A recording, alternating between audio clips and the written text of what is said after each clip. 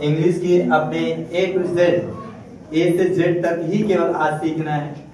और उस A से Z तक में सबसे पहला काम यहाँ लिखा गया है, father of English Geoffrey Chaucer, और इंग्लिश डे 23 अप्रैल को सेलिब्रेट किया जाता है। यहाँ से शुरुआत होती है।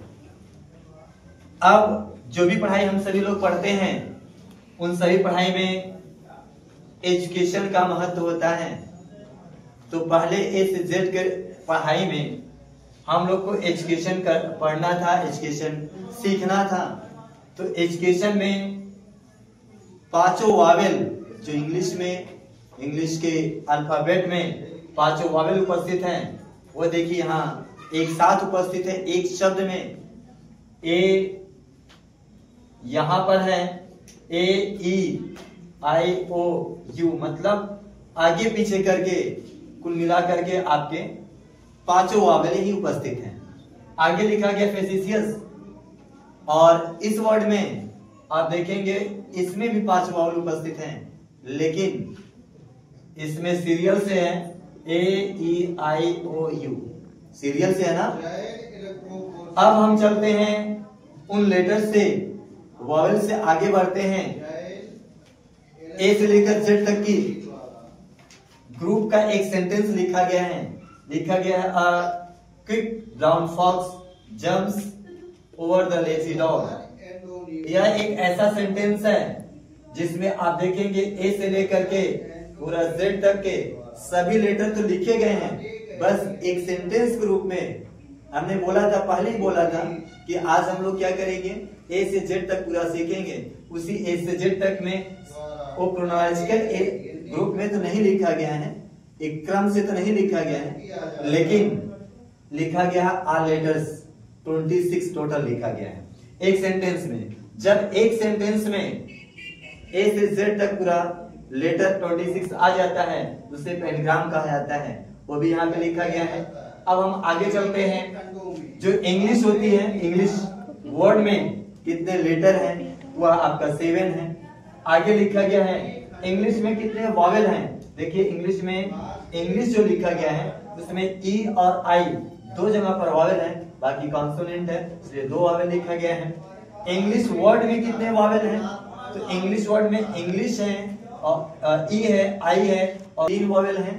और इसके बाद इंग्लिश अल्फाबेट कितने होते हैं, तो अल्फाबेट चाहे वो इंग्लिश के हैं चाहे हिंदी के हैं, जितने भी अल्फाबेट होते हैं टोटल मिलाकर एक ही होते हैं, क्योंकि अल्फाबेट जो होता है वो a group of letters A to Z, उसको कहा जाता है। तो ग्रुप आपका एक होता है, चाहे वो हिंदी का अल्फाबेट हो चाहे वो इंग्लिश का अल्फाबेट हो।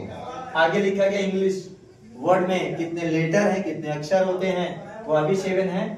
आगे यहाँ पर बताया गया है इंग्लिश अल्फाबेट लेटर जो होते हैं, टोटल अल्फाबेट जो इंग्लिश का है उसमें कितने लेटर होते हैं, वो 26 होते हैं। वह 3 भाग में डिवाइडेड है, स्पेशली तो 2 भाग में डिवाइडेड है।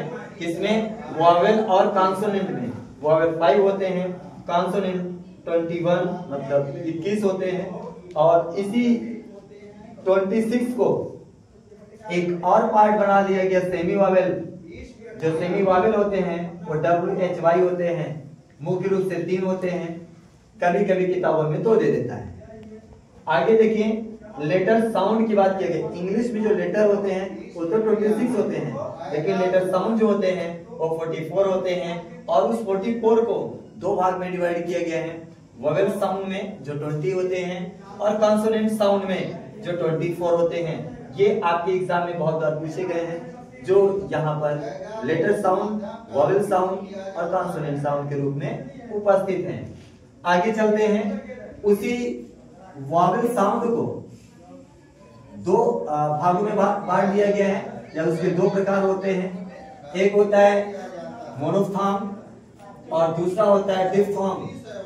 आज हम लोग पूरा A से Z तक के जितने कंप्लीशन तक के क्वेश्चन होते हैं उन सभी को पढ़ रहे हैं। तो जो वोवेल साउंड होते हैं वो 2 भाग में बांटे गए हैं। एक मोनोफथॉर्म होता है, और मोनोफथॉर्म को प्योर वोवेल साउंड भी कहा जाता है। मोनोफथॉर्म को प्योर वोवेल साउंड कहा जाता है, और उसकी जो संख्या होती है वह 12 होती है। अगला है डिफथॉर्म, जिसको इम्प्योर वोवेल साउंड बोला जाता है, और इसकी जो संख्या होती है वो टोटल 8 होती है। और यहाँ पर टोटल ए से लेकर के जेड तक। अच्छा, ABC का मतलब स्टार्टिंग होता है और ABC, D का full form anybody can dance होता है।